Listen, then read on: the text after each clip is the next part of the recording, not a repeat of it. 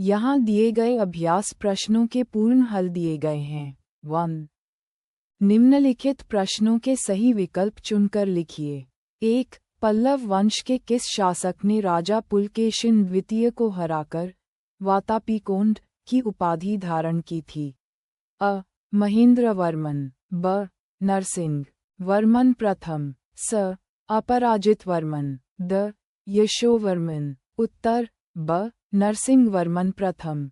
2. राष्ट्रकूट वंश के किस शासक ने एलोरा की गुफा में कैलाश मंदिर का निर्माण करवाया? अ.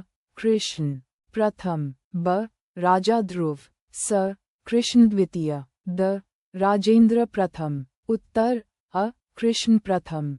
3. तमिल भाषा में रामायण के रचयिता कौन थे? अ. वाल्मीकि, ब. तुलसीदास, स. कंबन, द. आदिशंकराचार्य। उत्तर स. कंबन। इन्होंने इरामावतारम या कंब रामायण की रचना की थी। 2. कोष्ठक में दिए गए शब्दों में से सही शब्द चुनकर रिक्त स्थानों की पूर्ति कीजिए।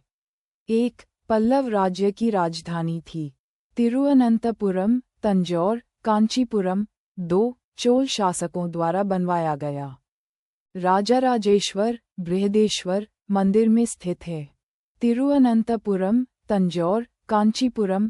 3. चोल प्रशासन में प्रांत को कहा जाता है? उर, मंडलम, नगरम। 3. लघु उत्तरीय प्रश्न। 1. उत्तर भारत व दक्षिण भारत के बीच निकटता बढ़ने का एक प्रमुख कारण बताइए। उत्तर उत्तर और दक्षिण भारत के बीच निकटता बढ़ने का मुख्य कारण धार्मिक और सांस्कृतिक आंदोलन थे। विशेष रूप से आदि शंकराचार्य द्वारा पूरे देश में भ्रमण कर सनातन धर्म का संदेश फैलाना और भारत के 4 कोनों में 4 मठों की स्थापना करना इसका प्रमुख कारण था। 2. मुम्माडी चोल मंडलम चोल साम्राज्य के किस प्रांत का नाम था?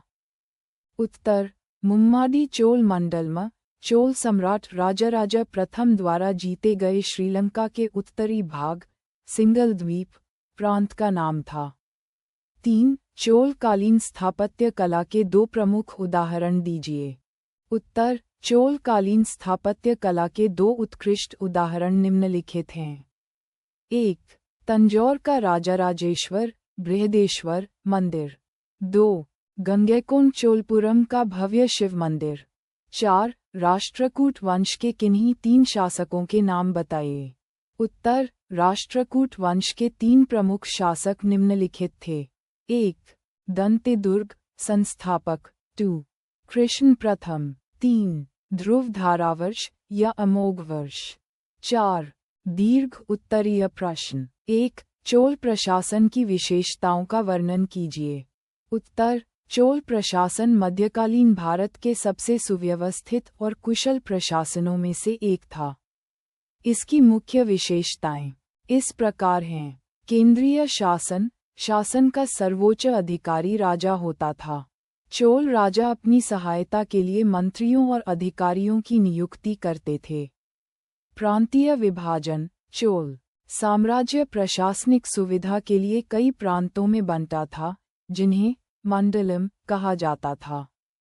मंडलम का विभाजन जिलों में होता था, जिन्हें नाडु और कोट्यम कहते थे। स्वायत्त ग्रामीण प्रशासन लोकल सेल्फ गवर्नमेंट। चोल प्रशासन की सबसे अनूठी विशेषता उनका ग्राम प्रशासन था।